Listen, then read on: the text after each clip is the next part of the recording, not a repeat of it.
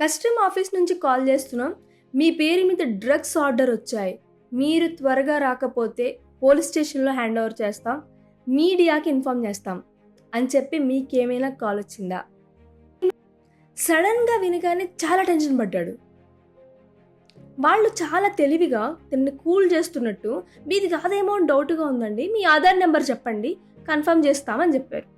మన వాడు ఏదో చిన్న హోప్తో ఆధార్ నెంబర్ మ్యాచ్ అవ్వదు అన్న చిన్న హోప్తో ఆధార్ నెంబర్ చెప్పాడు. వెంటనే వాళ్ళు కస్టమ్ ఆఫీసే నోటీసులు పంపిస్తే ఎలా అన్నట్టుగా ఆ ప్రొఫెషనల్గా డాక్యుమెంట్స్ ప్రిపేర్ చేసి ఆధార్ నెంబర్ మెన్షన్ చేసి దీనికి వాట్సాప్ చేశారు.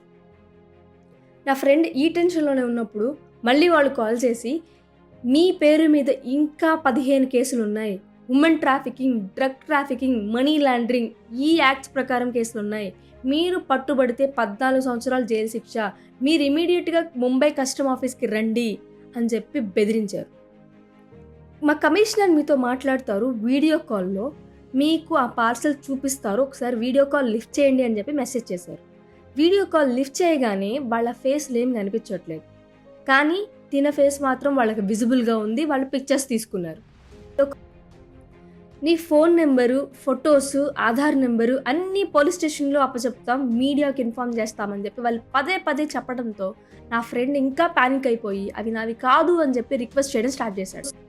ఇక్కడ వాళ్ళు చాలా తెలివిగా దీనికి సొల్యూషన్ ఇస్తున్నట్టు, సరే ఇవి మీకు కావు అంటున్నారు కాబట్టి ఎక్కడి నుంచి వచ్చాయో అక్కడికే మేము తిరిగి పంపించేస్తాము, కానీ ఆ పంపించడానికి 90,000 అమౌంట్ అవుతుంది, అవి మీరు ట్రాన్స్ఫర్ చేయండి అని చెప్పి అడిగారు. డ్రగ్స్ అని చెప్పగానే నిజమేంటో కూడా తెలుసుకోకుండా అందరూ నన్ను బ్లేమ్ చేస్తారు, మీడియాలో అల్లరి పాలు అవుతానని చెప్పి ఫీల్ అయిన నా ఫ్రెండ్ అమౌంట్ పే చేశాడు. ఇలా మీకు ఏదైనా custom office, GST office, income tax office అని చెప్పి కాల్స్ వస్తే మీరు చేయాల్సిన ఫస్ట్ పని అఫీషియల్ వెబ్సైట్స్లోకి వెళ్ళి అక్కడున్న నెంబర్కి కాల్ చేసి ఇది నిజమా కాదా అని చెప్పి కన్ఫర్మేషన్ తీసుకోవడం. వాళ్ళు అడిగిన ఏ పర్సనల్ ఇన్ఫర్మేషన్ షేర్ చేయకుండా ఉండడం.